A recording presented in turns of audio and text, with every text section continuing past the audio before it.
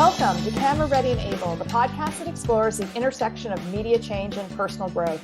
I'm your host, Barbara Barna-Abel, and my calling is to help you thrive on camera and in life by tapping into your superpowers and making an impact on the world. This episode is brought to you by the word collaboration, which means the action of working with someone to produce or create something. Here to discuss collaboration are composer and author Karen LeFrak and music consultant and advisor Cathleen Murphy, whose collaboration I find deeply inspiring. Karen's vibrant, moving musical scores have been presented in prestigious concert halls across the globe and streamed digitally by over 17 million listeners worldwide.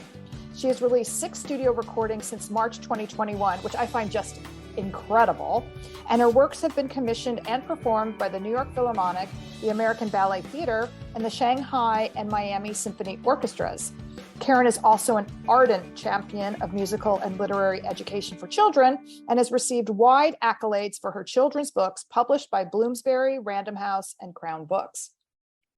Cathleen is a widely respected music industry professional and creative strategist and the CEO of KFC Entertainment, who has established one of the industry's most diverse and creative-driven careers, leading initiatives at major labels and music publishing companies, working with a staggering list of acclaimed Grammy, Tony, Pulitzer Prize, and Academy Award-winning artists, including Yo-Yo Ma, Tedeschi Trucks Band, Billy Porter, Idina Menzel, Nile Rodgers, the Blind Boys of Alabama, Two Cellos, Bobby McFerrin, and Cyndi Lauper, among many others. So welcome, Karen and Kathleen. This is fun.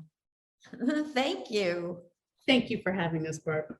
So Kathleen, when we met a while back, you mentioned to me that collaboration is a favorite theme of you and Karen's. So can you explain to me the how and why of collaboration for you? Yes. Word itself is, it's a word that I've known well throughout my entire career. I started working with songwriters at a very young age. Everything about working for a music publisher was about putting 2 songwriters together and in a room, leaving the room and coming back, and something new existed where something didn't. And it was all about the 2 people or the 3 people coming together and making something and creating from, to me, sort of from the universe and collectively bringing together all of their creativity. I love facilitating that process. So I met Karen through a mutual friend and colleague right before the pandemic.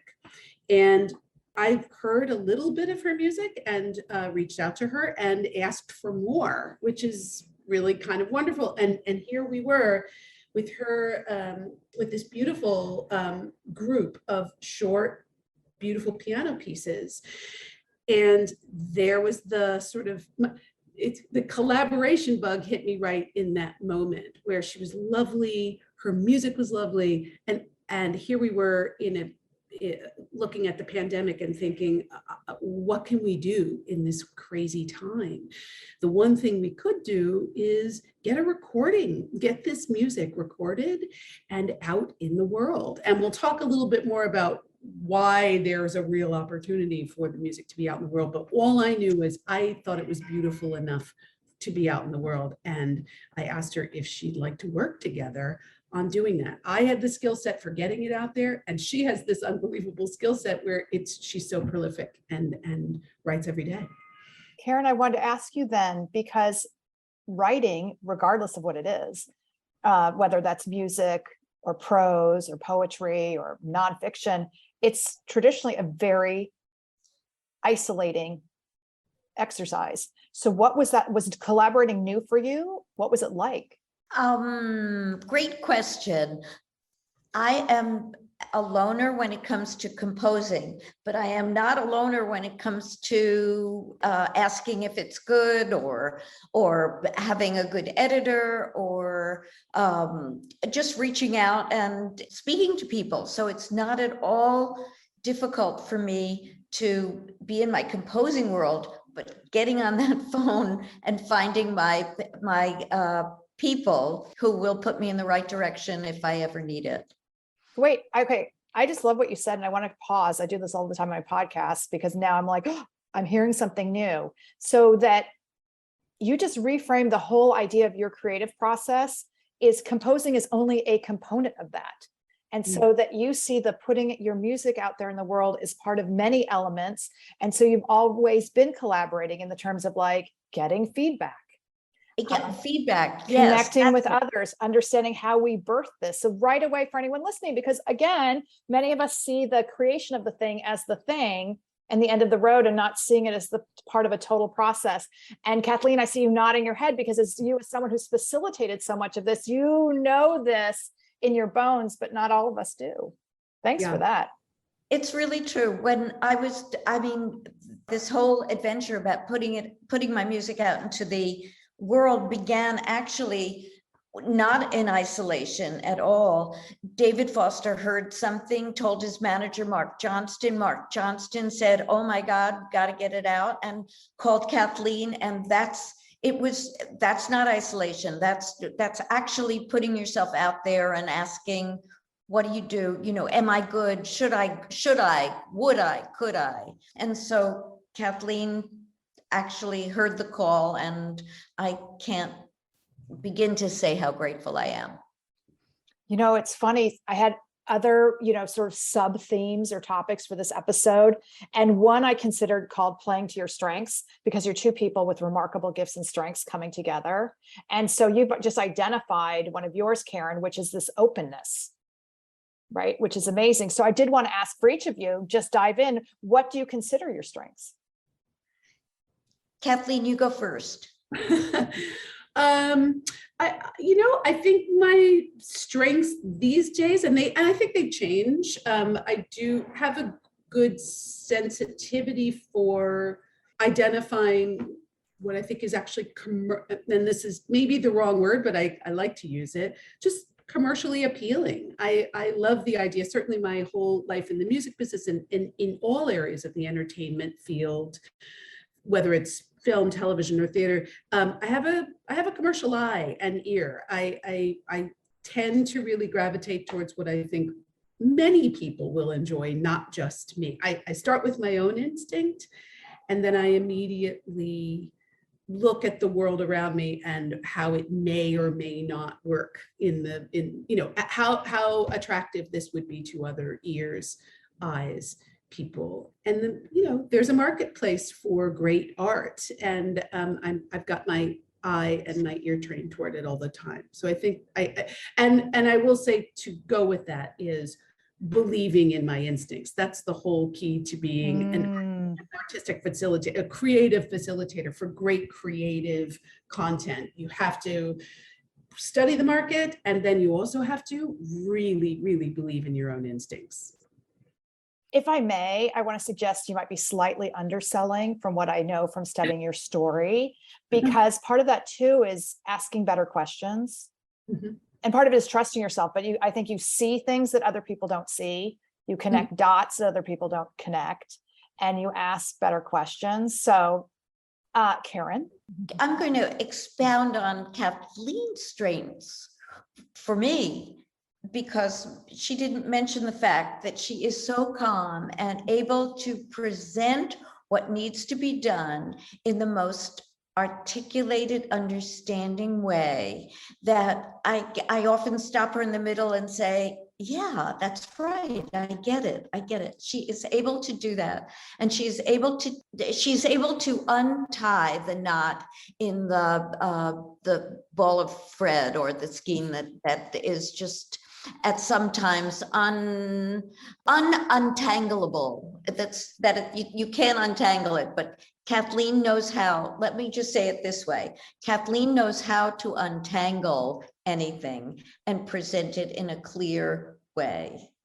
Thank you. I appreciate it. That's facilitating a creative process, because the creation, and going back to what you said before, Barbara, we all think that the creation of the thing is the thing, but it's actually, it's all about facilitating how that can get made, recorded, printed, whatever, and get out in the world. And so finding the path, and you're right, connecting the dots to create the path is facilitating. It's the definition of facilitating. She's a real problem solver in the Yeah. best possible way. Well, that's a huge life skill, right? Because many of us can identify problems. The gift is offering solutions or being open to the idea that there's even is a solution, going back to asking better questions.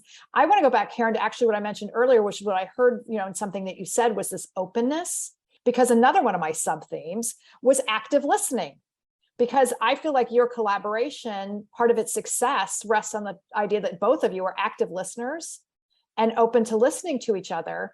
And by extension, remarkably, don't seem to have a ton of resistance or are not caught up in your own confirmation bias, which I just think is amazing. And maybe at this point, with all the accolades, to actually explain a little bit to the, for the listeners, what that meant to take Karen's music and put it out into the world during the pandemic, and how you got in a matter of minutes, it seems like, to 17 million, streams and downloads.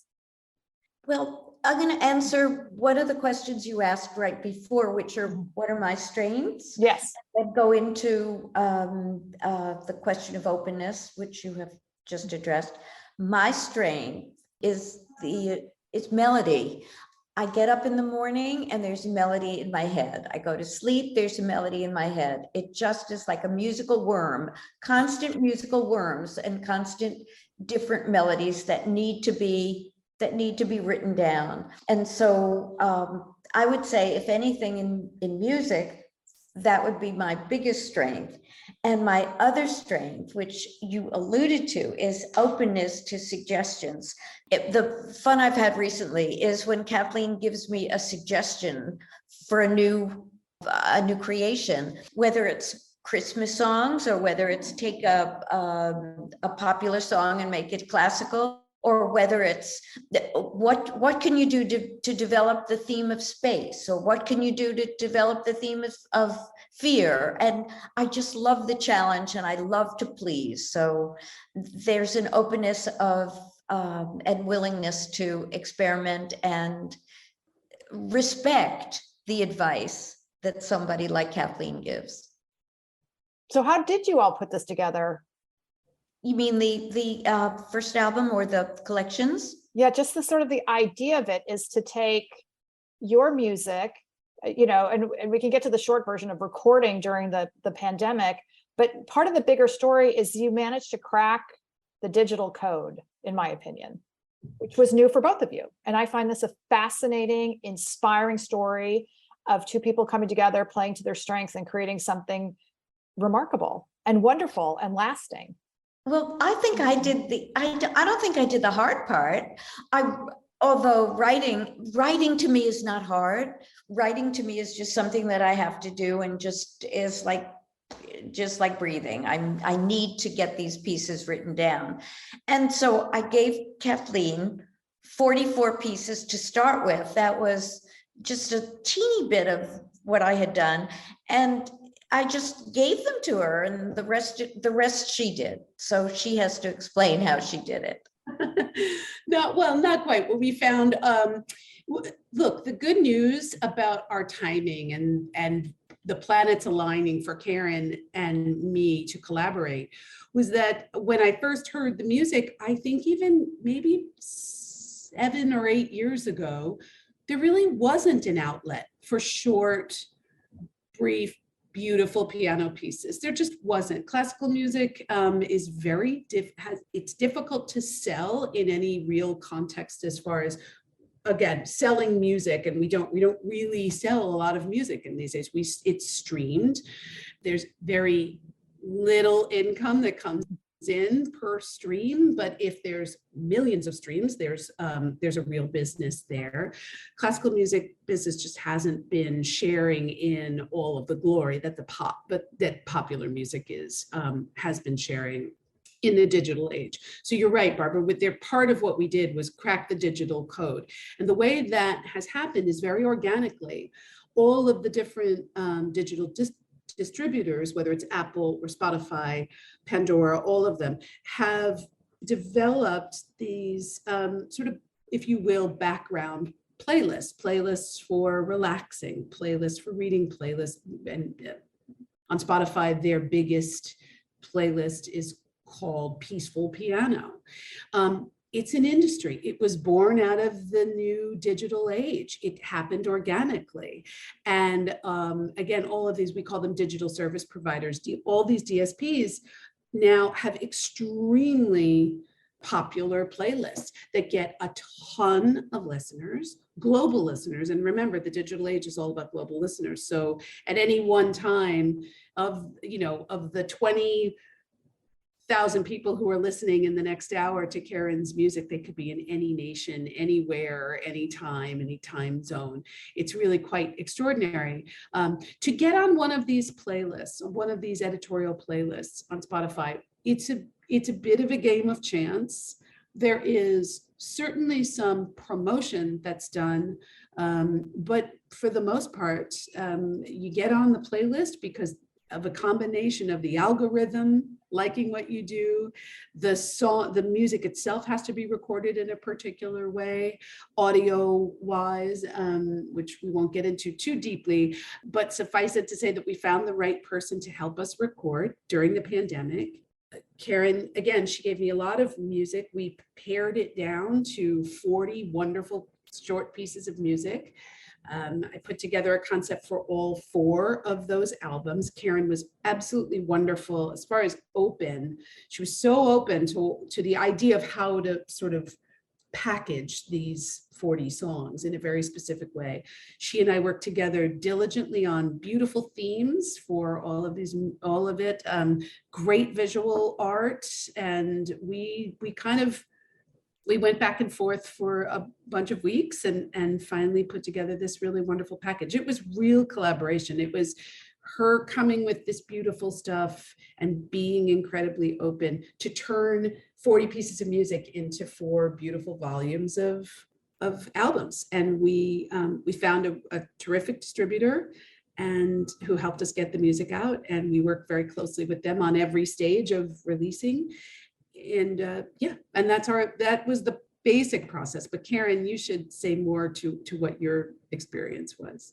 I remember I was in Miami with a mask, walking on a trail, and with a girlfriend, and saying, "Could you please name, or let's come up with 50 names that would be good short names for pieces of music." And the 2 of us, my friend and I, by the end of the day, we had 100, and we thought these are peaceful names having to do with harmony and inspiration and gratitude and clarity, which would be the symbols of the COVID. What happens in COVID? What happens is you need harmony. You need to have inspiration because you kind of you can be creative. You're great. You learn to be grateful, and you have clarity. You have clarity of thought because of being isolated. So we came up with these names, and then the next step was to give them to Kathleen and say, "Do you like them?" And she came up with about 50 even better ones, and we collaborated even on the names. Well, I have to say, clarity is one of my favorite pieces of yours. Thank you. And for anyone listening, it's just the tip of the iceberg.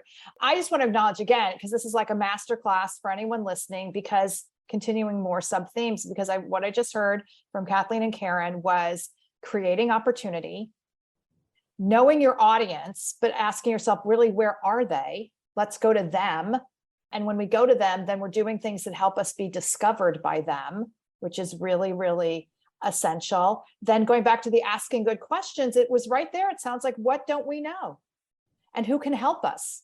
Mm-hmm. And I find like, again, for creatives, we sometimes forget the sort of Venn diagram that is used in business all the time is just like, what do I love? What am I good at? What does the world need? And who will pay for it? And you finding the intersections of all these things. But a lot, again, goes back to that openness, the ability to collaborate, the ability to listen to the feedback. It sounds like without fear.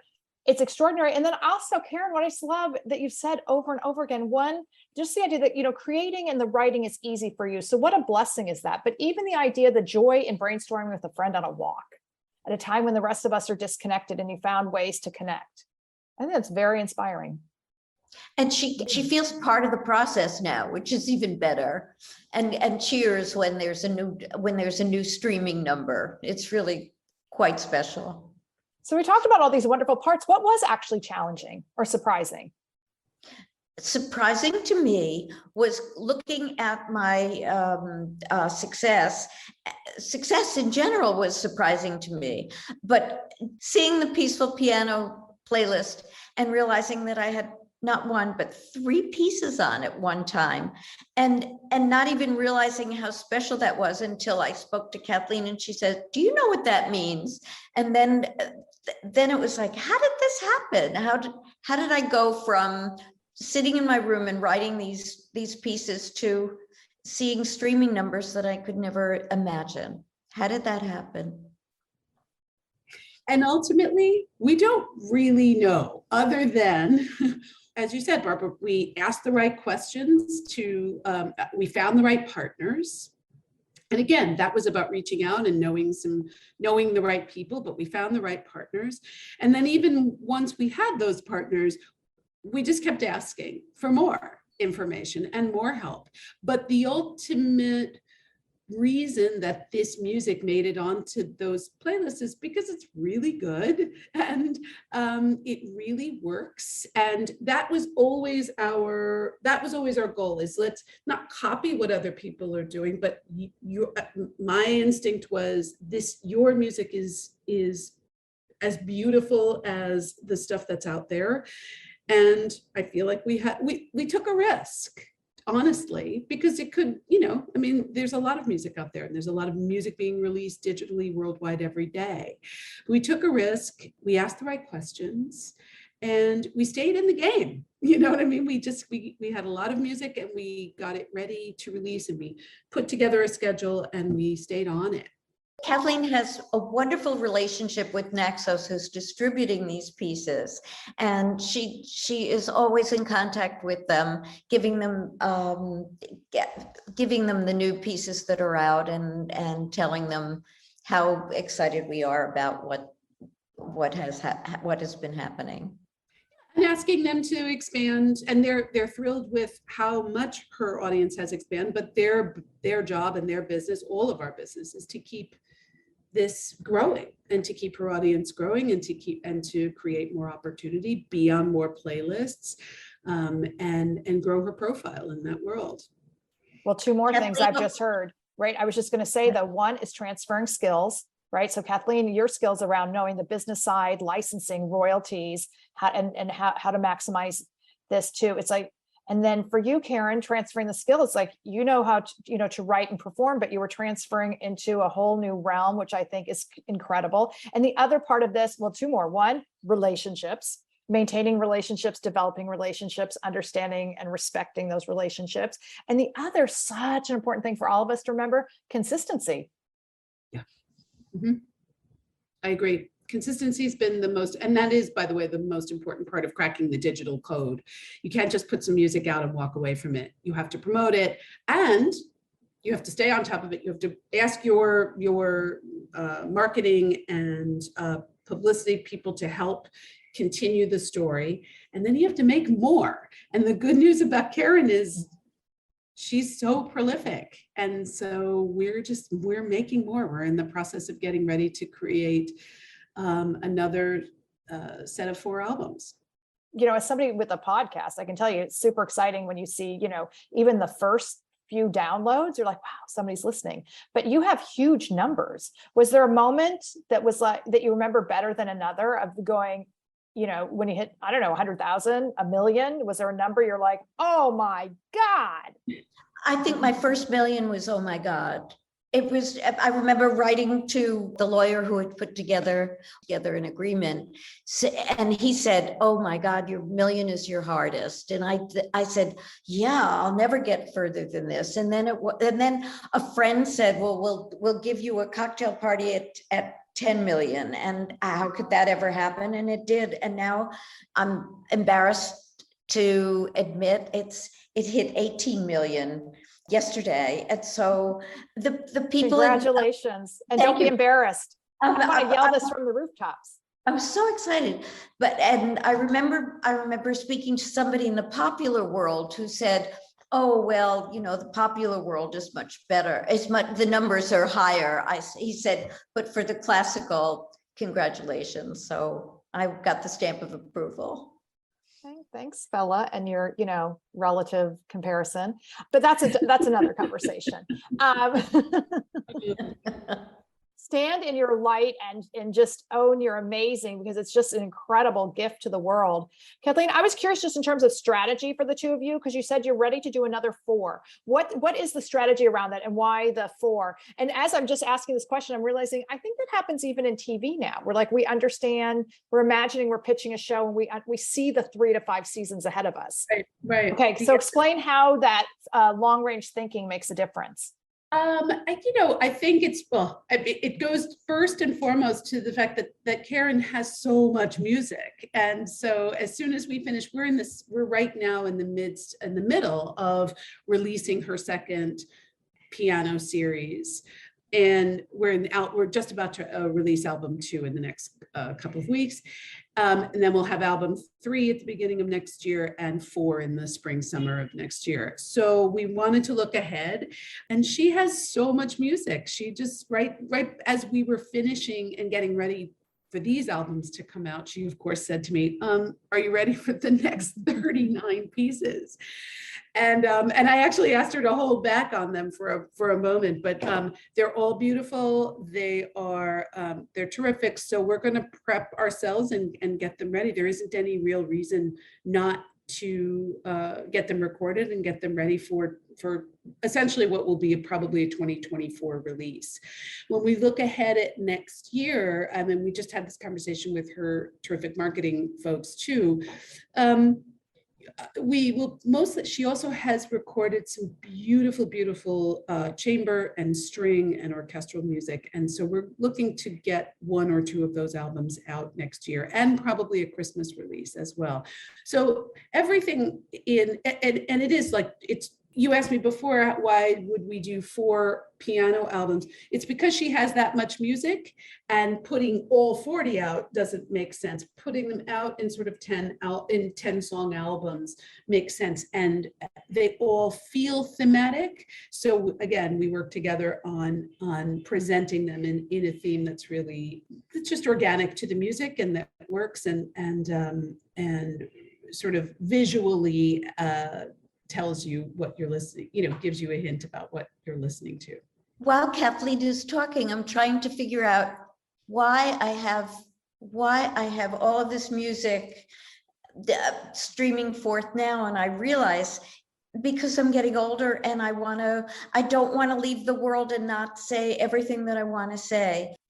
I decided that I wanted to be a composer before I had grandchildren, I think even before my children were married, because I decided that at some point in life, I want somebody to know that I was a composer, these grandchildren that I didn't have.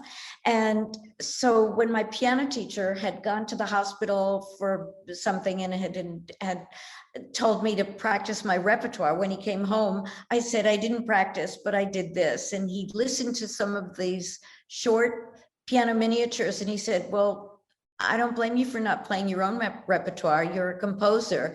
And I looked at him and I said, are you sure? And he said, yeah, I'm sure. And from that day, which was in 2006, I didn't stop writing.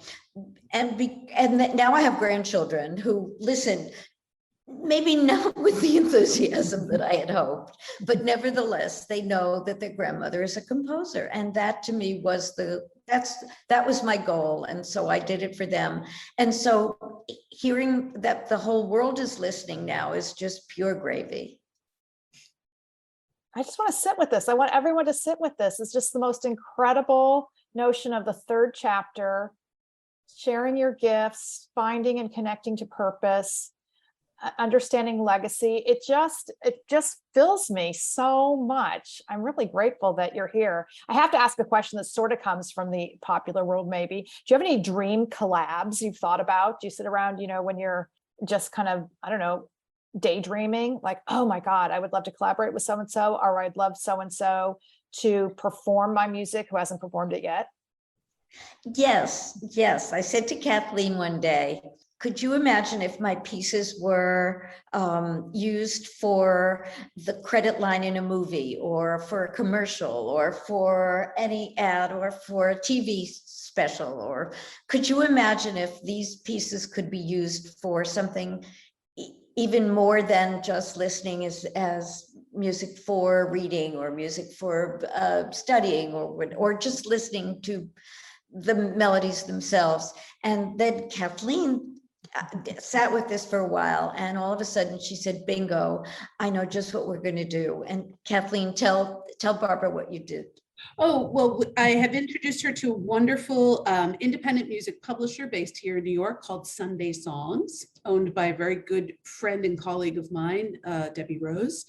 And Debbie and her team are fantastic. She has an incredibly skilled head of synchronization. What does that mean? Could you explain that for us? So the head of that is the person who is connected to the film, television, and advertising world on a very, very deep level, and who pitches music that he or she represents to the film, television, and advertising, trailer, gaming industries, and gets music placed on television ads, television, film, and other areas.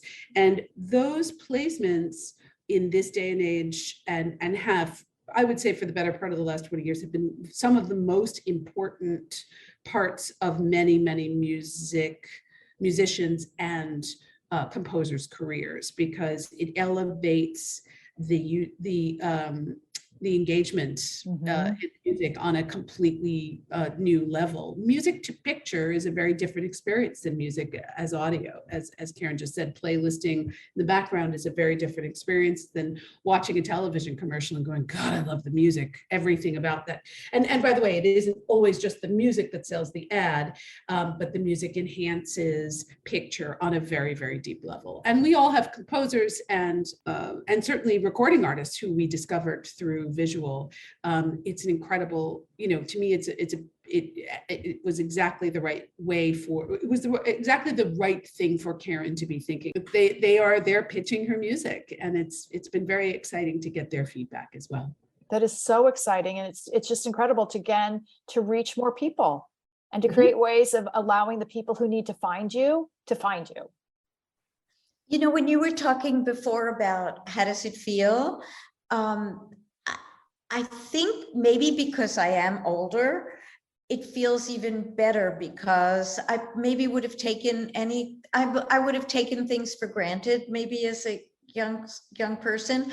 I really didn't have a voice. I got married very, very young, and the voice that I had as a teenager or as a young person was stopped or stifled by the responsibility that I had in being a good wife and a good mother.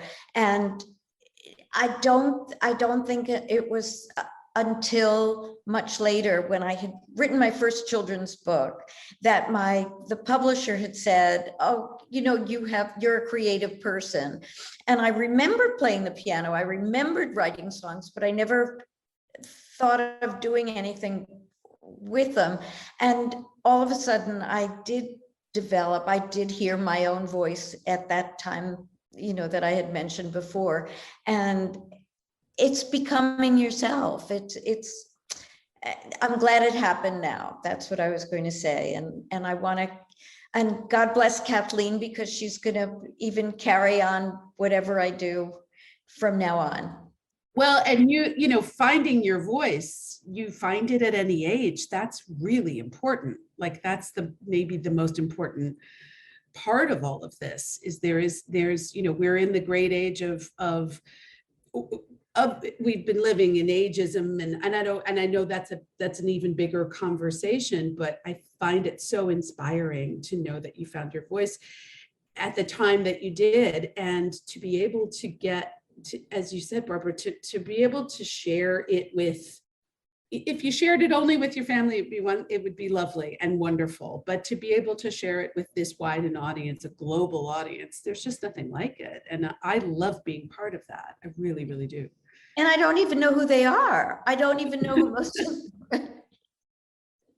Very funny. Spotify for Artists and a couple of these DSPs offer you an opportunity to get some sort of, what do we call it, back end data, but to be able to kind of look on a daily basis at the countries and the amount of listeners and where they're located. And it's completely fascinating. On a day-to-day basis, it changes, but it's such a wonderful access to have access to know that at any one given time, people in 10 different time zones are enjoying your music. And all the demographics, the ages, the genders, whatever. And it's really surprising. It's a younger audience than I would have expected.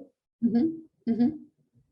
That's wonderful. It's funny, as you were talking, Karen, and not knowing your audience, I started to have it popped in my head that you could have, Karen Con or LeFrak Fest